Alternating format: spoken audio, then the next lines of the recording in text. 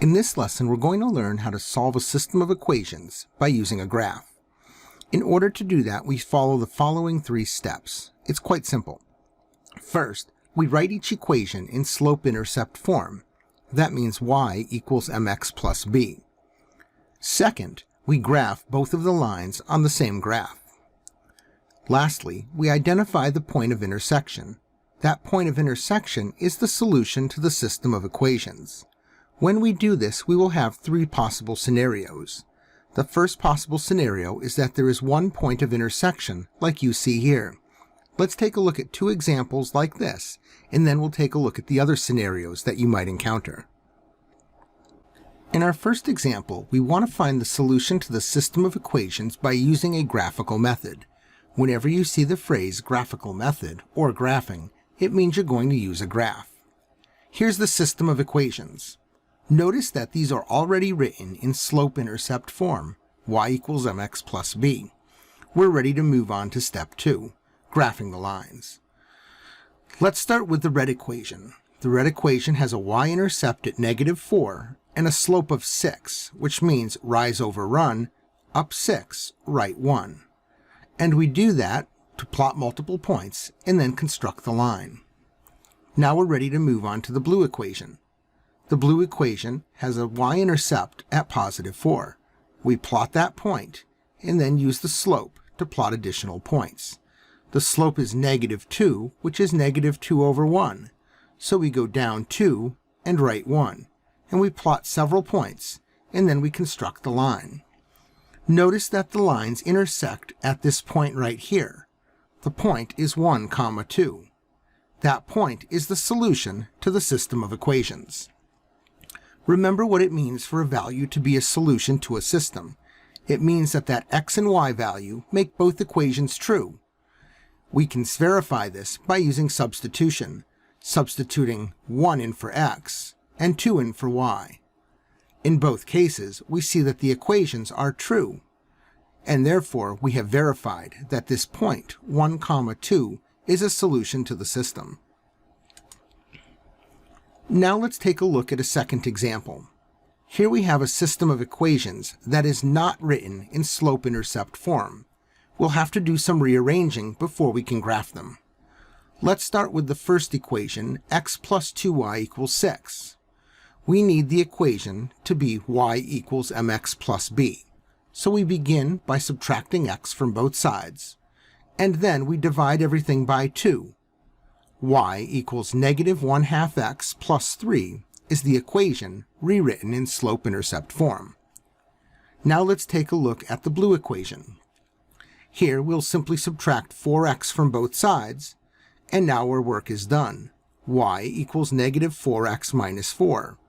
These are the equations that we will graph on the coordinate plane. Let's start with the red equation. We have a y-intercept of 3 and a slope of -1/2, which means we move down 1, right 2 to plot the subsequent points. Now we graph the blue line. We have a y-intercept at -4 and a slope of -4 over 1. So we go down 4 and right 1, and we can go backward in the opposite direction to plot additional points. We see there is one point of intersection. That is the point -2, 4. Therefore, the solution to the system of equations is the point -2, 4. Remember what that means. If x is -2 and y is 4, and I substitute those values into both equations will be true. Those 2 examples cover the first situation, where we have a point of intersection between the 2 lines. But suppose we graph both lines and there are no points of intersection. In other words, the lines are parallel. In this case, there are no points in common, and therefore there are no values that will make both equations true at the same time. A system, in this case, has no solution. Let's take a look at an example that illustrates this. Once again, I want to use a graphical method to find the solution to the system of equations. I notice that both equations are already written in slope-intercept form, so I'm ready to begin constructing the graphs. Let's start with the red equation. we have a y-intercept at positive 3 and a slope of 1/2. We plot several points and construct the line. Now we move on to the blue equation. We have a y-intercept at negative 7 and again a slope of 1/2. We plot several points and then construct the graph of the line. Notice in this scenario the lines do not intersect. There are no points in common between the red line and the blue line, and therefore there are no values that will make both the red equation and the blue equation true at the same time. We say in this case that there is no solution to the system of equations. This scenario will happen whenever you have two lines that have the same slope but different y-intercepts.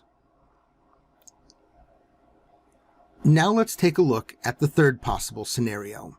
Suppose we rewrite our equations and graph them, and the equations have the same graph.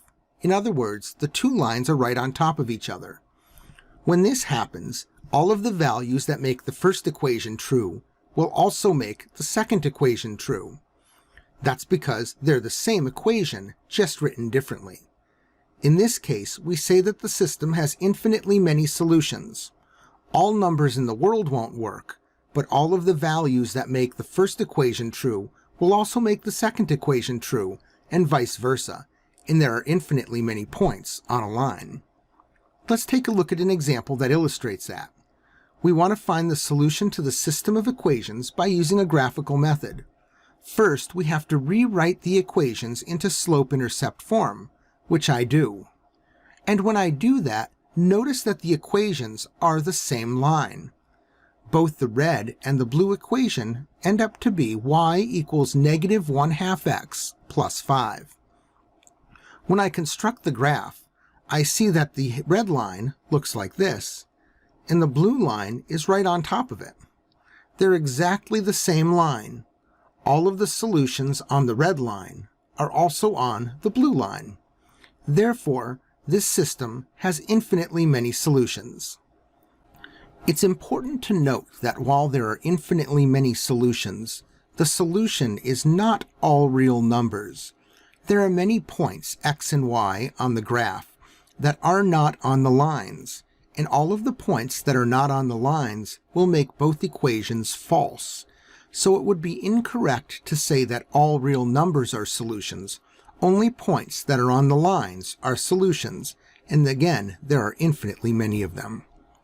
This is everything you need to know to get started solving systems of equations by using a graph. Remember, you can learn more about graphing systems of equations in Mr. Dorey's Algebra Handbook, available at www.doreypublications.com.